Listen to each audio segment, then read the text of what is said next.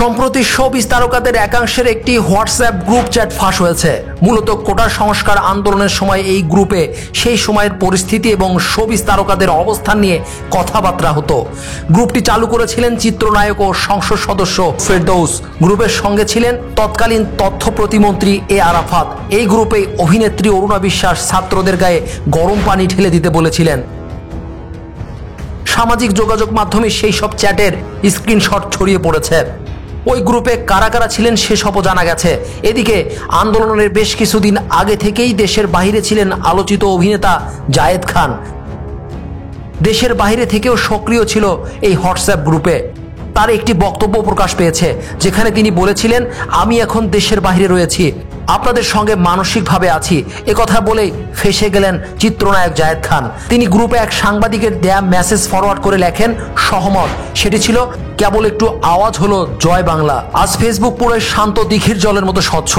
এক পেশে চিৎকার আর সস্তা আবেগে ওরা জাস্ট একটু ট্রমার মধ্যে রেখেছিল দেশটাকে। এছাড়া আরো কয়েকটি বিষয়ে কথা বলেছেন এই তারকা। তাকে অনুমান করা যায় নানা দিক নির্দেশনা ও পরামর্শ দিতেন সেই গ্রুপে। গ্রুপে অবস্থান করা অন্য শিল্পীদের সঙ্গে জায়েদ খানও সমালোচনার শিকার হচ্ছেন। এ বিষয়ে চিত্রনায়ক জায়েদ খানের সঙ্গে যোগাযোগ করা হয়। তিনি এই মুহূর্তে যুক্তরাষ্ট্রে অবস্থান করছেন। আলো আসবেই নামে গ্রুপের মেসেজ এবং অবস্থান সম্পর্কে জায়েদ খান বলেন, দেখুন, এই গ্রুপে আমাকে যুক্ত করা হয়েছে। সেখানে যুক্ত ছিলেন চিত্রনায়ক ফেরদৌস, রিয়াজ, তথ্যমন্ত্রী এ আরাফাত ও সাবেক পররাষ্ট্রমন্ত্রী হাসান মাহমুদ। আমি যদি এই গ্রুপ ত্যাগ করতাম তাহলে আমাকে রাজাকার বানিয়ে দেওয়া হতো। তিনি আরো বলেন, আপনাকে যদি আপনার অফিসের বস কোনো গ্রুপে যুক্ত করায় আর আপনি যদি বেরিয়ে আসেন তাহলে আপনার বস কি মনে করবে নিশ্চয় আপনি বুঝতে পেরেছেন।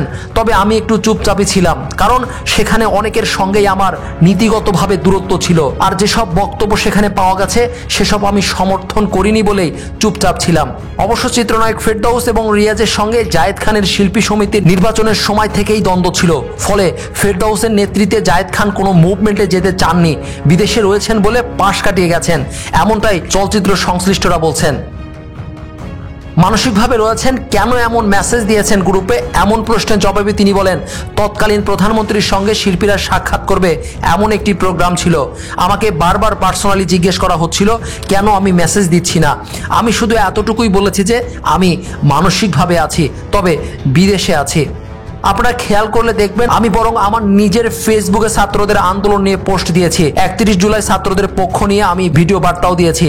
জায়েদ খান মাঝে মধ্যে সরকারি প্রোগ্রামে গেলেও তার দাবি, শিল্পী হিসেবে যতটুকু যাওয়া প্রয়োজন তিনি ততটুকুই গিয়েছেন। কোনো তেলবাজি বা চাটুকারিতার সঙ্গে তিনি ছিলেন না।